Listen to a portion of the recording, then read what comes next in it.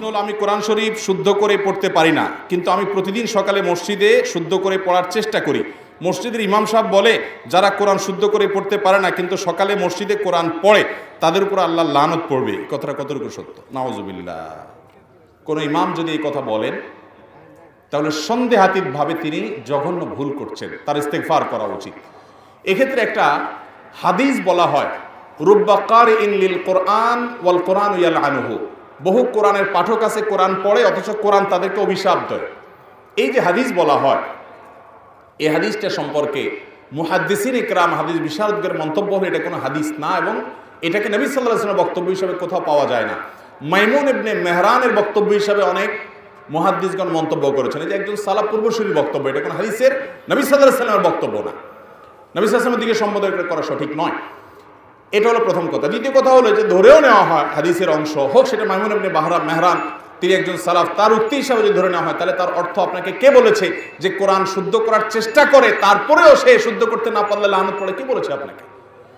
এটার ব্যাখ্যা সৌদি আরবের সাবেক গ্র্যান্ড মুফতি শেখ আব্দুল আজিজ বিন আব্দুল্লাহ বিন বাজ রাহমাতুল্লাহ বলেছেন। এর ব্যাখ্যা হলো যে সে মসজিদে বা বাসায় যে কোনো জায়গায় কোরআন তেলাওয়াত করে, কোরআনে পড়ে একটা, সে আমল করে আরেকটা, উল্টা, তো এই কোরআনের অভিশাপ পায়। এরকম উদ্দেশ্যের কথা অনেক উলামা ইকরাম বলেছেন। যাই হোক, খোলাসা কথা হলো, আপনি কোরআন পরিপূর্ণ বিশুদ্ধ করে পড়তে পারেন না কিন্তু চেষ্টা করেন, আপনি অবশ্যই আল্লাহর কাছে সওয়াব পাবেন। লানত পড়বে না আপনার, বরং কি হবে? আপনি সওয়াব পাবেন। তবে হ্যাঁ, শুদ্ধ করার চেষ্টা করতে হবে। আপনি কোনো একজন আলেম হাফেজের কাছে গিয়ে বলবেন, হুজুর আমার তেলাওয়াতটা একটু শুনেন। যদি মেজর ভুল থাকে, যেটাকে লাহানে জলি বলে, যেটা কারণে অর্থ পরিবর্তন হয়ে যায়, তাহলে সেক্ষেত্রে কিন্তু কি হবে?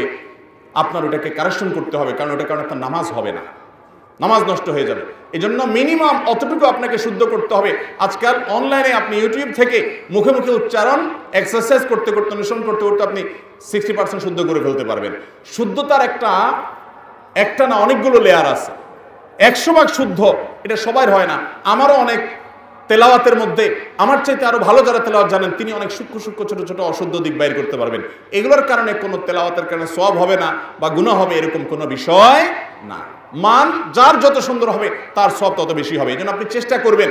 কিন্তু আপনি যদি পড়তে কষ্ট হয়, বিশেষ করে অনেক লোক আছে শুদ্ধ করতে পারে না কিন্তু চেষ্টা করে আপ্রাণ, এই যে বেঁধে বেঁধে পড়ে, স্পিডি তেলাওয়াত করতে পারে না, শুদ্ধ করতে গিয়ে আস্তে আস্তে পড়ে, তার অনেক কষ্ট হয়। নবী সাল্লাল্লাহু আলাইহি ওয়াসাল্লাম বলেছেন তাদেরকে বরং আল্লাহ তাআলা ডাবল সওয়াব দান করবে। তাহলে কোরআন তেলাওয়াত বাবা পড়তে গিয়ে যদি গুনাহ হয় আবার লানত পড়ে যায়, তার চাইতে আমি না পড়ি, এই কাম করবেন? বরং চেষ্টা করবেন শুদ্ধ করা। ঠিক আছে তো ইনশাআল্লাহ? একবার হুজুরদের মতো শতভাগ শুদ্ধ করতে পারেন না, অসুবিধা নেই, কোনো অসুবিধা নেই, তারপর আপনি সওয়াব পাবেন। আপনি চেষ্টা করেন, কোনো হুজুরকে শুনান যে মেজর ভুল হয় কিনা। মেজর ভুল, বড় ভুল, অর্থ পরিবর্তন হওয়ার মতো ভুল যদি না হয়, একবারে শতভাগ ঠিক করে বলতে পারেন না, তো এটার কারণে আপনার অর্থ বিকৃতি হবে না এবং এর কারণে আপনার গুনাহ হবে না, বরং সওয়াব পাবেন ইনশাআল্লাহ। চেষ্টা অব্যাহত রাখবেন, তবে ওলামাদের সহযোগিতা নেবেন।